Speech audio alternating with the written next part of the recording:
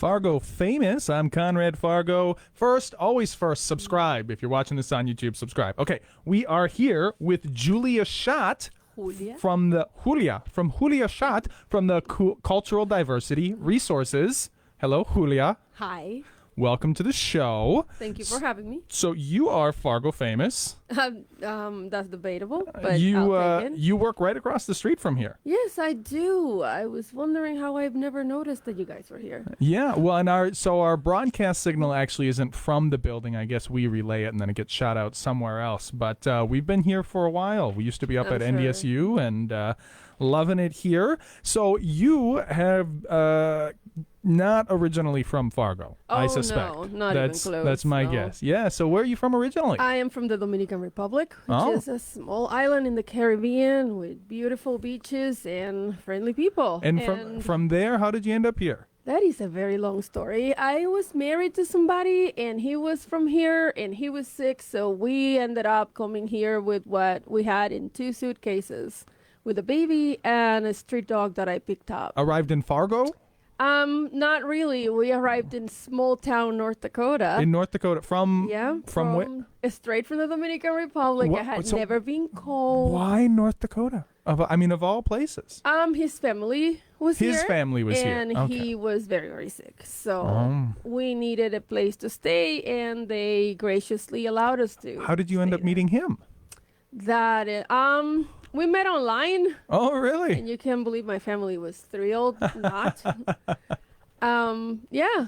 And we made friends first. Then he moved down to work there, and we started dating. So you moved into a small town in North Dakota, and that was how many years ago? Oh, my gosh. My 16-year-old was 10 months old. Okay. So 16 years ago. Yeah. 15 years ago. I got here December 12, 2007. Wow. And you had never experienced the cold before? I had never been colder than probably 70 degrees to that point.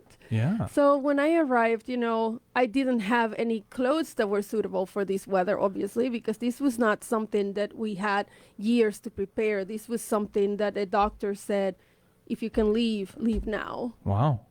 And I arrived in Minneapolis, and it was minus 22 degrees, which I will never. Welcome to the Midwest. Welcome to the Midwest. And I walk out of the plane, and I am a very expressive person, so I am loud, very loud.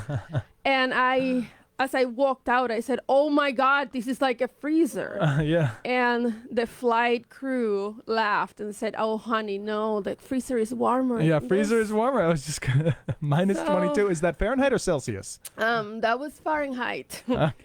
It's about the same, actually. That's kind of where they meet out. It's very cold, minus 22. We get there about once a year. Yeah, minus 40 is where it evens out. We do have. And I've been there. So were you expecting it to be a tundra the whole time, or with that first? Honestly, when you haven't experienced cold like that, you can have an idea of what it feels, but you have no idea what to expect. So it was a complete shock to the system. I spent the next 2 days wrapped around like a burrito in like any layer that I could find, in the ugliest red coat that we could, because it was the only thing you had. I think one of his aunts found it in like the Salvation Army or something, and it was long. It covered me all the way down, but to explain that it was the ugliest coat that I have ever seen does not begin to describe this coat. But it kept you alive. It kept you alive. Oh, yeah. And so then you survived for the last 15 years. Yeah, when did you join the Cultural Diversity, or is that what they're called? Just Cultural Diversity Resources? Or tell me about that. Tell me about joining that. How did you even find those people? Well, after the pandemic, I was looking for something to do because my children were starting to go to school, and I was in the process of divorcing this person, so I needed and I wanted something to do. But if I was going to be out of the house, because I had been a stay-at-home mom for a long time, I wanted something that I could have a purpose in, if that makes any sense. So when I was looking for a job, I talked to a lot of people because, I want to use my talents to help other people. That's what I like to do. And I am not good at actually helping people in the trenches, but I'm really good at talking and promoting in and design. So I was looking for something like that, something that I could help, but at the same time do what I like. And so what was your initial position with them? Oh, and this communications was like manager from the beginning. From the beginning. This was only a few years ago. Yeah, and it was in 2021. Okay. I started January 19th, 2021. So it was right out of the when the whole we were staying at home all the time thing came to an end. And I love my job. I can't believe they pay me for it. I get to go and talk to people about them and what they do. They are wonderful people.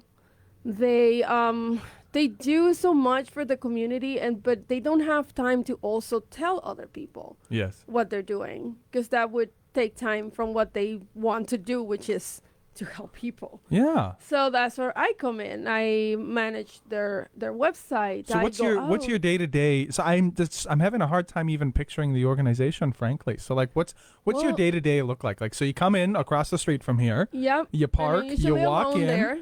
Yeah. You're the only one. So it's a pretty mean crew over there. Yeah, but how many of you are there? Also come out and talk to people. It depends. Like I meet other people. I mean, like 4 different boards around town, and what they do is they're sort of like an umbrella for several other smaller nonprofits in town, in between Cass and Clay. I see. And I manage the website, so I have to keep in touch with everybody. So if there's a new thing that they're doing or a new class or you name it, I have to update it. So I also come out and talk about them like I'm doing right now. Very good. And I don't know, it doesn't really feel like a job, because it's the kind of place where you know that what you're doing is worthwhile, in that even though I can't impact people directly, I can't help people directly because I don't know how to do that, but I can help them and make their life easier. And that's what we do. That's a beautiful sentiment. And you guys are doing this event coming up, and that's going to be our next segment. We're going to talk about Pangea. So yes. We are very focused on increasing diversity and communication in between. And Pangea has actually been around since the 90s. So you didn't come up with this one? No, I did not. It's your foster child. No. We will talk more about that when we come back. But first, we're going to listen to Kaya with The Rose Room.